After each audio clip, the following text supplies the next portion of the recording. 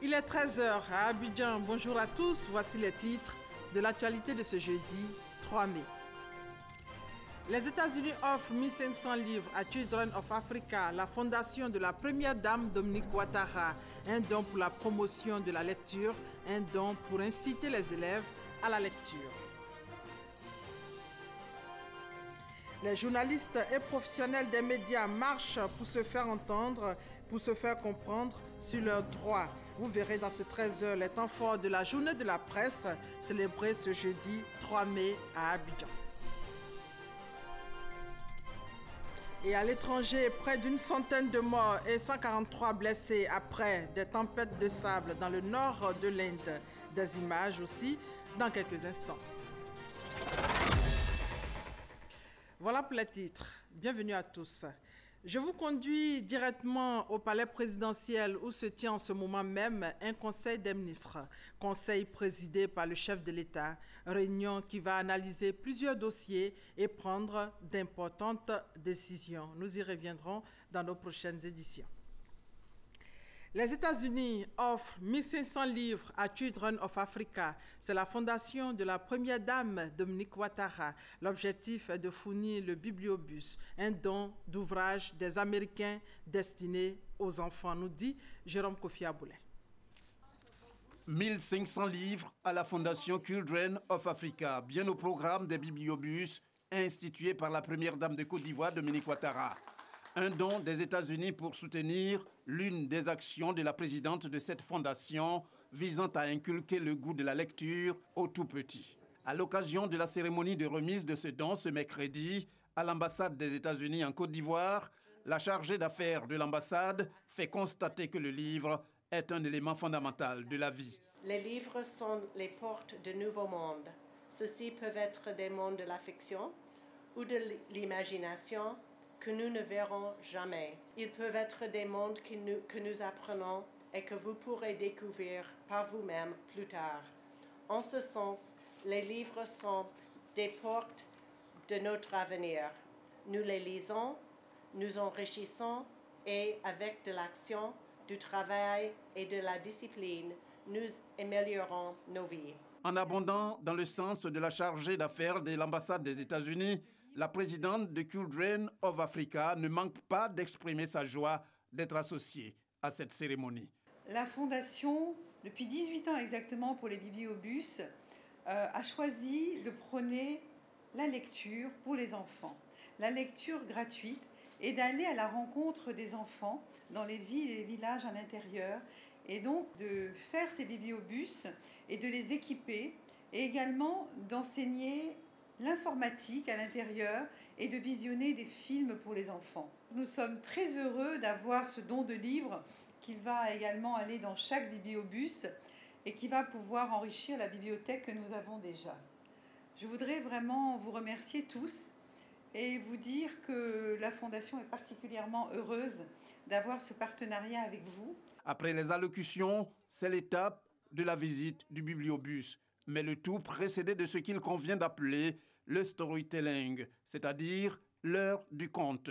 La première dame de Côte d'Ivoire, Dominique Ouattara, avec à ses côtés d'autres personnalités, y trouve l'occasion d'informer la trentaine d'élèves choisis des écoles primaires publiques d'Anono 4 et de Blocos 2 sur la question de l'environnement à travers l'histoire de la journée de la Terre de l'auteur Margaret McNamara. Le storytelling, conçu par l'American Center, vise à développer l'imaginaire et promouvoir la lecture chez les élèves des établissements primaires en Côte d'Ivoire. Depuis 2010, c'est au moins 1200 enfants de 5 à 10 ans qui, chaque année, y sont accueillis. Dans l'actualité aujourd'hui, c'est la journée mondiale de la presse. Le principal thème est médias, justice et état de droit, les contrepoids du pouvoir. Une journée pour examiner les défis actuels de la liberté de la presse. Le gouvernement a fait une déclaration pour expliquer ses actions en faveur de la presse. On fait le point avec Mamadou Kouassi. Depuis 2011, la Côte d'Ivoire a renforcé son engagement pour la liberté de la presse. Un engagement qui porte aujourd'hui des fruits avec un classement de plus en plus intéressant dans le classement de Reporters sans frontières. Pour 2018, la Côte d'Ivoire se classe 82e au plan mondial et le gouvernement entend poursuivre ses efforts pour pour une presse plus libre en Côte d'Ivoire. Pour la célébration de la Journée mondiale de la liberté de la presse, l'UNESCO a retenu pour cette année le thème « Médias, justice et état de droit, les contrepoids du pouvoir ». La Côte d'Ivoire, notre pays, qui s'approprie le thème général tel qu'adopté par l'UNESCO, a choisi de s'appesantir sur les garanties que notre pays offre pour un journalisme libre et responsable. Au plan du cadre légal et institutionnel, le gouvernement a fait voter et promulguer 2 lois importantes qui précisent mieux les cadres juridiques de fonctionnement de la presse et de l'audiovisuel dans notre pays. À la vérité, plus que jamais, ces lois consacrent la liberté d'action pour les professionnels de la communication, en ce qu'elles proscrivent désormais la détention, la garde à vue et l'emprisonnement d'un journaliste dans l'exercice de son métier. Certains incidents regrettables survenus dernièrement ne doivent pas occulter les avancées considérables que ces 2 textes présentent. Le ministre de la Communication soutient que la Côte d'Ivoire enregistre 20 quotidiens, 25 hebdomadaires et 10 mensuels, ainsi que l'arrivée des 4 prochaines chaînes de télévision privées. La preuve de l'engagement du gouvernement à œuvrer pour un espace diversifié plus réaliste, facteur de la démocratie. Le gouvernement réaffirme sa ferme volonté de poursuivre les actions de consolidation de la démocratie dans notre pays et attend de vous, chers amis de la presse, l'accompagnement indispensable, c'est-à-dire entre autres un contenu riche et diversifié qui reflète l'ensemble des sensibilités politiques de notre pays. Les festivités de la Journée mondiale de la liberté de la presse seront marquées par des marches et des conférences publiques sur l'ensemble du territoire national. Et justement, une marche ce matin à Cocody pour marquer la Journée mondiale de la liberté de la presse. Top départ, radiodiffusion, télévision ivoirienne. Les acteurs des médias et de la presse ont décidé de se faire entendre et de se faire comprendre sur tout ce qui concerne leurs droits. Ils ont tenu à souligner que la liberté de la presse est un principe sacré qui fonde le journalisme. En clair, c'est la fête de l'indépendance des journalistes. L'élément complet vous sera déjà proposé par notre reporter Serge Koulia dans le flash de 15h. En attendant, on part au Ghana. Le pays se classe en tête de liste en Afrique en matière de liberté de la presse, selon le dernier rapport de l'ONG Reporters sans frontières. En fait, c'est Accra qui abrite la célébration officielle de la Journée mondiale de la liberté de la presse. Plus de 700 participants, dont la Côte d'Ivoire, représentée par le ministre de la Communication et plusieurs responsables de médias. Quelle est la recette du Ghana? Élément de réponse avec notre envoyé spécial, Franck Wadio. Accra, capitale du Ghana, le 25e anniversaire de la Journée internationale de la liberté de la presse, célébrée ici. Plus de 700 participants, au nombre desquels la Côte d'Ivoire a venu s'inspirer du modèle ghanéen, premier pays en Afrique et 23e dans le monde en matière de protection de la liberté d'expression des journalistes. C'est la marque qui a des choses à apprendre ici.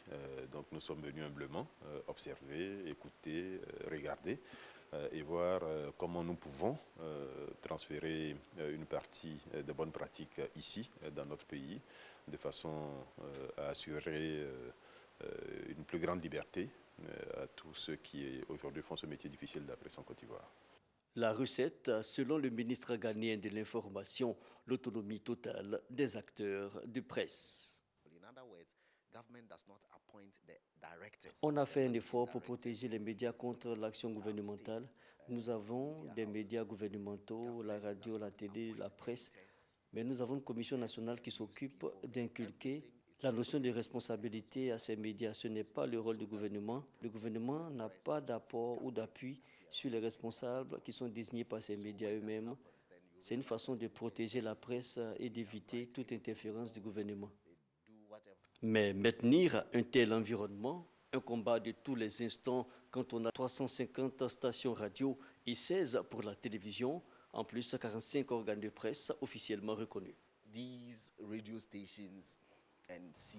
Il y a beaucoup de médias, des radios, des télévisions, des organes de presse. C'est difficile de les contrôler. On essaie de les aider à être professionnels, mais la plupart ne le sont pas. C'est difficile donc dans ce cas de contrôler, d'avoir une idée de ce qu'ils font. Mais c'est ce que nous voulons. Ils ont une totale liberté. Plusieurs, peu professionnels, mais désireux de l'être, C'est le cas de ces jeunes activistes. Pour eux, la difficulté réside dans l'accès à l'information publique. Okay, now Ghana leading Africa in press freedom. The only hindrance Ghana has now. Nous les activistes, on a aussi droit à l'information, mais on n'a pas la possibilité. Il faut une politique pour nous permettre d'aller vérifier certaines informations auprès des ministères. Il y a cependant quelque chose qui est intéressant. Les jeunes critiquent librement l'action gouvernementale. Cela m'a encouragé, mais la Commission nationale insiste sur la responsabilité. Et lorsqu'il est question de reprendre les journalistes, c'est cette commission-là qui agit indépendamment du gouvernement. Ça, c'est une bonne chose que nous apprécions. La Journée internationale de la liberté de la presse au Ghana, une organisation conjointe avec l'UNESCO, le thème « Médias, justice et état de droit, les contrepoids du pouvoir ». Journée mondiale de la liberté de la presse, la BAD s'appuie sur les médias pour la valorisation des projets de développement. Une visite est prévue à Yamoussoukro pour voir un projet conçu et réalisé par la Corée du Sud avec la participation de la BAD, nous dit Jean-Luc Bangbo. Le groupe de la Banque africaine de développement, BAD, entend faire des médias un partenaire stratégique dans sa mission de faire reculer la pauvreté dans ses pays membres. Il s'agira, au dit du directeur de la communication de cette institution, de mettre en lumière toutes les actions qui visent à contribuer au développement économique du continent. Il y a tant de choses qui se passent et nous ne pouvons pas continuer à travailler comme si de rien n'était. Nous devons avoir une nouvelle stratégie et une nouvelle vision de ce que nous devons activement faire aux côtés des médias qui sont des partenaires stratégiques. Une implication des médias qui devrait se traduire en des visites sur le terrain afin de témoigner de l'impact des actions de la BAD sur les populations des pays membres. Nous allons également organiser au cours des prochains mois des visites de projets pour les médias pour qu'ils puissent non seulement visiter nos projets, mais également parler aux villageois pour jauger des impacts de développement. C'est donc ici un des éléments d'une action plus large. Pour joindre l'acte à la parole, une délégation de journalistes se rendra en fin de semaine dans des villages de Yamoussoukro pour visiter le projet Simol Undong Village, un projet de développement rural d'origine coréenne qui s'articule autour du changement de mentalité et de l'implication des populations rurales dans la réalisation des infrastructures de développement de leur localité. On parle maintenant de la lutte contre la fraude. Un réseau de 4 individus a été démantelé. C'est un réseau qui s'adonnait à la production de fausses pièces administratives. Ce sont de faux documents, du matériel informatique et de nombreux cachets qui ont été saisis. Olivier Iriebi et Abou Sanogo. 3 semaines de traque et 4 faussaires dans les filets de la police. Ils ont été mis aux arrêts mercredi par les agents de police des services des investigations et du contentieux. La police met ainsi fin au parcours d'individus qui s'adonnaient à la production de faux documents administratifs. Nous avons saisi du matériel, des ordinateurs. Nous avons saisi également des documents qui avaient été déjà finalisés, dont prêts à être livrés, et en même temps aussi des documents qui étaient là, qui n'étaient pas encore prêts. GESCO, Cité Eden, où nous avons fait une descente hier autour de entre 20h et 21h. Nous avons pris l'essentiel du matériel. Des ordinateurs qui avaient en leur... Sur la mémoire des ordinateurs, nous avons trouvé l'essentiel des documents qui peuvent être produits par l'administration ivoirienne, tout comme par les services de justice. Dans le district d'Abidjan, comme à l'intérieur du pays, le service des investigations et du contentieux mène des actions de lutte contre la production de faux documents d'identité face aux pratiques des faussaires qui menacent le bon fonctionnement de l'administration. Le directeur de l'État civil et de l'Office national d'identification invite les usagers à la prudence. Les malfaiteurs, lorsqu'ils ont été interrogés, ils ont dit qu'effectivement, des personnes se présentaient à eux et qui sollicitaient des récépissés d'enrôlement qui les délivraient. Mais c'est en pure perte. C'est le lieu donc ici d'appeler les Ivoiriens à ne pas avoir d'intermédiaire lorsqu'ils veulent faire des demandes de carte nationale d'identité ou d'attestation d'identité. Le service des investigations et du contentieux est un démembrement de l'Office national d'identification, ONI. Sa mission principale est de lutter contre la fraude sur les documents administratifs. Le service a été réactivé en 2012 en raison de la recrudescence de la fraude sur les pièces administratives. De 2017 jusqu'à ce jour, ce sont plus de 70 individus impliqués dans la production de faux documents qui ont été déférés devant les tribunaux. Remise de certificats de fin de formation à 60 jeunes diplômés en droit par l'Institut Objectif Juriste Moderne. Ce sont des jeunes diplômés formés sur la pratique du droit en entreprise. Pour les récipiendaires, cette formation vient ajouter un plus à leurs connaissances. Les détails avec Grace Kando. 60 jeunes diplômés en droit ont reçu leur certificat de fin de formation. Ils ont été formés pendant 6 mois à la pratique du droit à l'Institut Objectif Juriste Moderne, dénommé OJM. Ils ont également bénéficié de 3 mois de stage en entreprise. Mes efforts ont payé, mes efforts n'ont pas été vains. Et maintenant, je me rends compte que je suis, en plus d'être une juriste théoricienne, je suis une juriste praticienne qui est apte à régler les problèmes juridiques que les clients ou des personnes que je connais peuvent rencontrer. J'ai appris la pratique du droit, j'ai appris à rédiger des actes des huissiers de justice, des actes des avocats tels que les conclusions. J'ai appris aussi à rédiger des contrats de travail. La formation a été assurée par des professionnels issus de diverses professions juridiques, notaires, avocats, huissiers de justice et magistrats. Nous avons des universités publiques et privées qui forment beaucoup de personnes, beaucoup de juristes, mais nous n'avons pas les moyens, jusque-là, les universités n'ont pas les moyens de pouvoir donner l'opportunité à ces juristes-là d'apprendre le métier pour lequel ils peuvent s'insérer en fait. Donc l'Institut OJM vient combler ce vide-là, donc vient remplir en mobilisant les praticiens du monde juridique que sont les avocats, les notaires, les huissiers de justice, les magistrats, dans le but de pouvoir inculquer des connaissances pratiques à ces personnes pour faciliter leur insertion dans le monde professionnel. Les responsables de l'Institut rassurent que cette formation marque une avancée significative dans la lutte contre le chômage des jeunes diplômés d'universités publiques et privées. Destination à Bengourou pour parler de la lutte contre le paludisme. Thème de cette année, prêt à vaincre le paludisme. Le paludisme, problème de santé publique et première cause de consultation dans les hôpitaux. Eugène Atoubé. Écraser tout, mais il chauffe encore.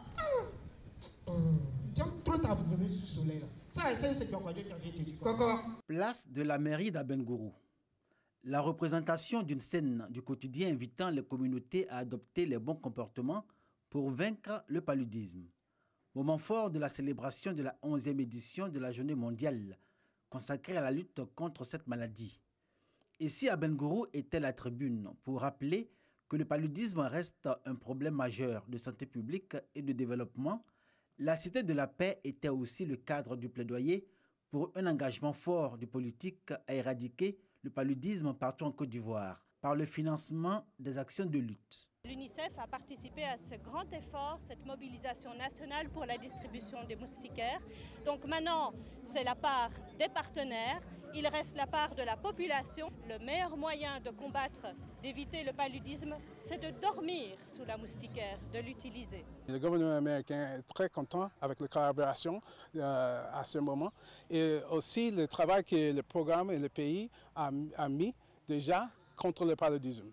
Avec le soutien américain, avec les autres partenaires comme UNICEF, le Fonds mondial, nous pensons vraiment dans 5 à 10 ans, on va diminuer le taux de cas de paludisme dans le pays de Côte d'Ivoire. Des études révèlent que la Côte d'Ivoire enregistre chaque année 2 300 000 cas présumés de paludisme et confirmés chez les enfants de moins de 5 ans.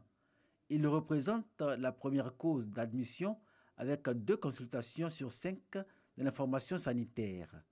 Malgré les campagnes d'information et de sensibilisation des autorités sanitaires, les populations exposées au paludisme rechignent encore à dormir sous une moustiquaire imprégnée et à aseptiser leur environnement, comme ici au quartier Cafeto à Bengourou, où le cadre de vie malsain favorise la multiplication des moustiques.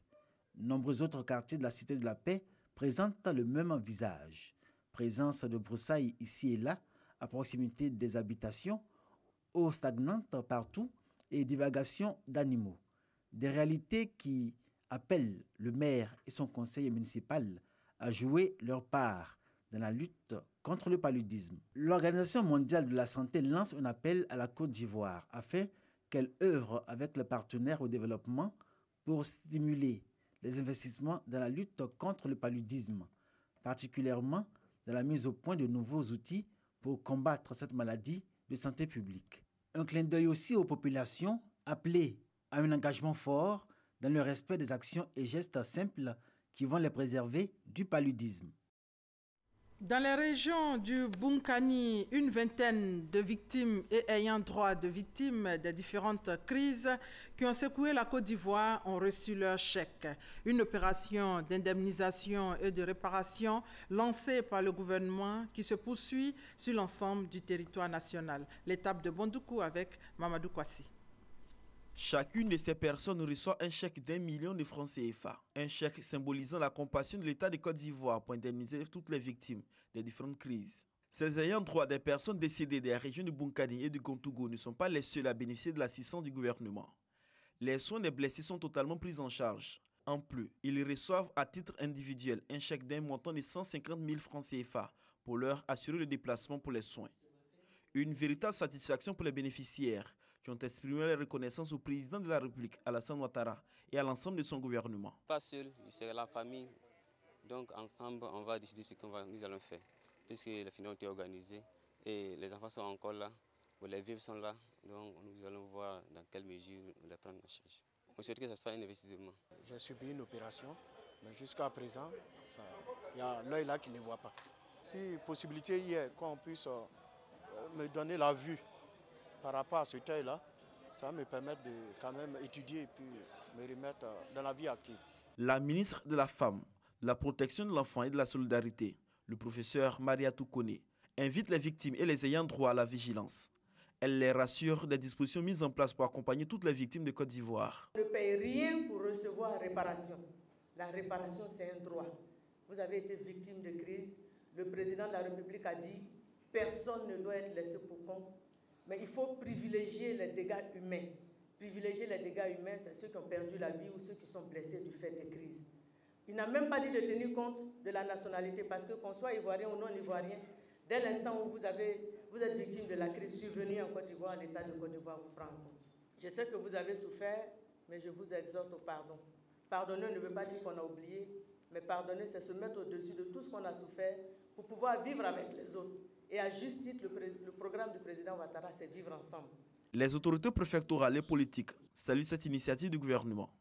À ce jour, ils sont 4 500 personnes qui bénéficient de l'assistance de l'État de Côte d'Ivoire dans ce processus de réparation et d'indemnisation.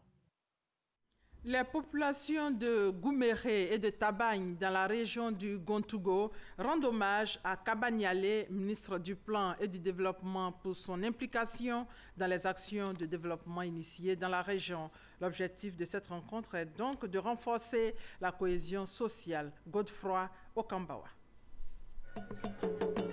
C'est dans la pure tradition abron que les populations de la sous-préfecture de Gouméré, dans la région du Gontougo, à leur tête, Sa Majesté Nana Akidom Ene, ont traduit leur reconnaissance à Kabaniale, fille de la région, ministre du Plan et du Développement. Un hommage pour ses nombreuses actions de développement initiées dans la région. Kabaniale était déjà un modèle pour les femmes de Gontougo, les femmes du Zanzan. C'est une région où on a beaucoup de problèmes avec la scolarité des filles. Et je pense que déjà l'inviter dans ce cadre pour montrer que les femmes, quand elles sont instruites, elles peuvent être un avantage pour le peuple. Madame Kabaniale est fille de Gouméré, ses parents sont ici. C'est normal qu'elle vienne nous rendre visite et que nous soyons heureux.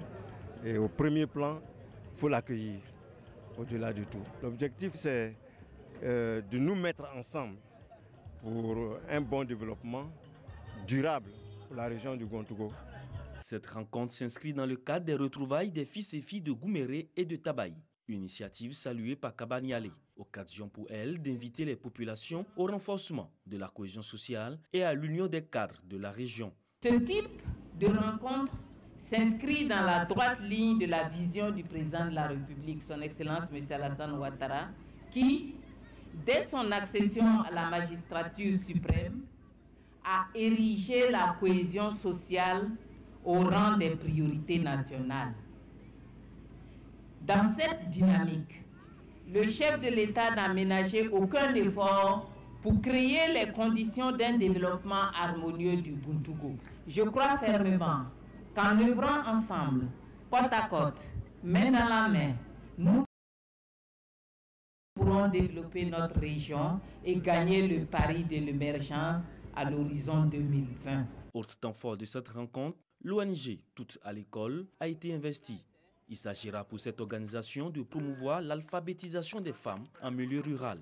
Kabaniale a été également intronisée comme princesse de la province Akidom.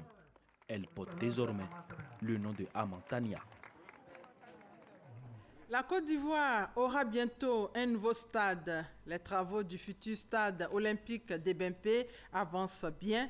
D'un coût global de 67,5 milliards de francs CFA, ce joyau aura une capacité d'accueil de 60 000 places. Il est situé entre les communes d'Abobo et d'Anyama. Les travaux ont été lancés en décembre 2016, un peu plus d'un an après. Quel est l'état d'avancement du chantier? Serge Collier, reportage.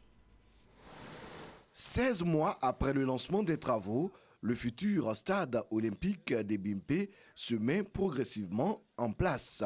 Les ouvriers sont à la tâche pour lui donner fière allure. Le directeur de cabinet du ministre des Sports et Loisirs ainsi que le conseiller économique et commercial de l'ambassade de la République populaire de Chine en Côte d'Ivoire ont pu s'en rendre compte.